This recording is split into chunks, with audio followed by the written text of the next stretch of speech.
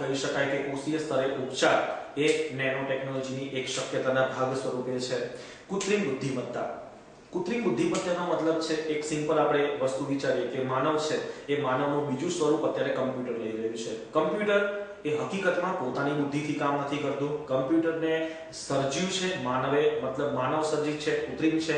કૃત્રિમ રીતે એને પોતાની અંદર આપણે આપેલી મેમરી દ્વારા એ તમામે તમામ પ્રકારની ગાણિતિક ક્રિયાઓ કરે છે, બધું યાદ રાખી શકે છે, દરેકે દરેક વસ્તુને સ્ટોર કરે છે, વર્ષો જૂની માહિતીને તમને વર્ષો પછી પરત આપી શકે છે. તો આ જે એની પાસે રહેલી મેમરી મતલબ બુદ્ધિમત્તા, એ બુદ્ધિમત્તા કૃત્રિમ છે. અને એને તૈયાર કરવા માટે અત્યારે વાત કરીએ તો જૂના જમાનાના કમ્પ્યુટર હતા, ખૂબ મોટા કદના હતા અને એની કેપેસિટી ખૂબ ઓછી હતી. જ્યારે અત્યારના કમ્પ્યુટર ખૂબ નાના કદના, જ્યારે એની કેપેસિટી, એની તમામે તમામ પ્રકારની ક્રિયા કરવાની ક્ષમતા એ બધું જ ઘણું વધારે પ્રમાણમાં થઈ ચૂક્યું છે.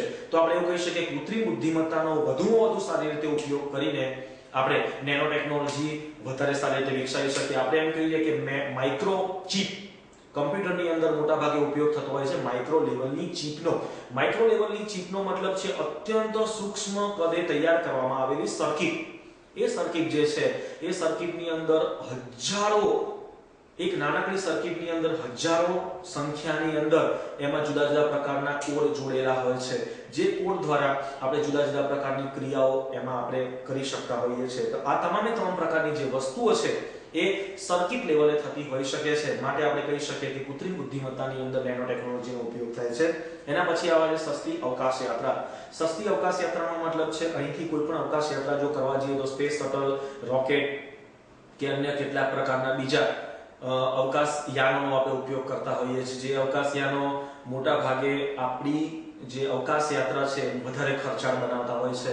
એનું ફ્યુઅલ છે, એના વૈજ્ઞાનિકોના ખર્ચ છે, એને ઉપર લઈ જવા માટે એની સાધન સામગ્રી જે છે એ પણ ખર્ચાળ છે. આ બધી વસ્તુના જે ખર્ચ છે એ પરવડે એવા સ્વરૂપમાં લાવવા હોય અથવા તો એવું કહી શકાય કે એ ખર્ચને જો નાના સ્વરૂપમાં ફેરવા હોય તો જરૂર પડે છે સસ્તા પદાર્થો બનાવવાની. સૌથી પહેલી જ વાત કરીએ તો આપણું અવકાશયાન છે એ અવકાશયાન જ જો આપણે સસ્તું બનાવી શકીએ તો ઘણા બધા ખર્ચને બચાવી શકાય. એક સિમ્પલ ઉદાહરણ આપી દઉં કે અવકાશયાન અત્યારે જે ધાતુનું તૈયાર થઈ શકે છે, માની લઈએ કે કોઈ ધાતુનું તૈયાર થાય છે, એ ધાતુ એવી બનાવવી પડે કે જેથી કરીને એ જ્યારે ઉપર તરફ જતું હોય અથવા તો ઉપરથી અવકાશની અંદરથી નીચે ઉતરતું હોય ત્યારે એને હવાના અવરોધ દ્વારા જે એનું ઉષ્ણતામાન વધે છે એ ઉષ્ણતામાનને સહન કરી શકે.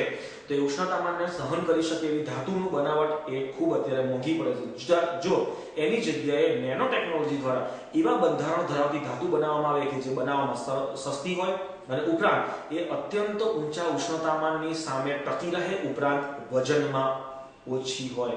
જો વજન વધુ હોય તો વેગ ઘટે છે, વજન ઓછું હોય તો વેગમાં વધારો થાય છે. એ સિદ્ધાંત ઉપર આધારિત રીતે અવકાશયાનોનું વજન ઘટશે, વેગ વધશે, ખર્ચમાં ઘટાડો થશે. તમામે તમામ પ્રકારના ખર્ચ ઘટાડીને સારામાં સારી અને સેફ અવકાશ યાત્રા કરી શકાશે. તો 3 મુદ્દા આપણે શીખ્યા. સૌથી પહેલું કોષીય સ્તરે ઉપચાર, બીજું કૃત્રિમ બુદ્ધિમત્તા, ત્રીજું છે સૌથી સસ્તી અવકાશ યાત્રા. છેલ્લો મુદ્દો છે પર્યાવરણીય સુધારાઓ. પર્યાવરણની અંદર અત્યાર સુધી માનવે ઘણા બધા પ્રકારના જુદી જુદી ડિસ્ટર્બન્સ ક્રિએટ કરેલા છે. આ બધા જ ડિસ્ટર્બન્સને જો સુધારવા હોય તો અત્યંત સૂક્ષ્મ સ્તરે તેનો વિચાર કરવો જોઈએ. દાખલા તરીકે એક સિમ્પલ આપણે ઉદાહરણ લઈએ.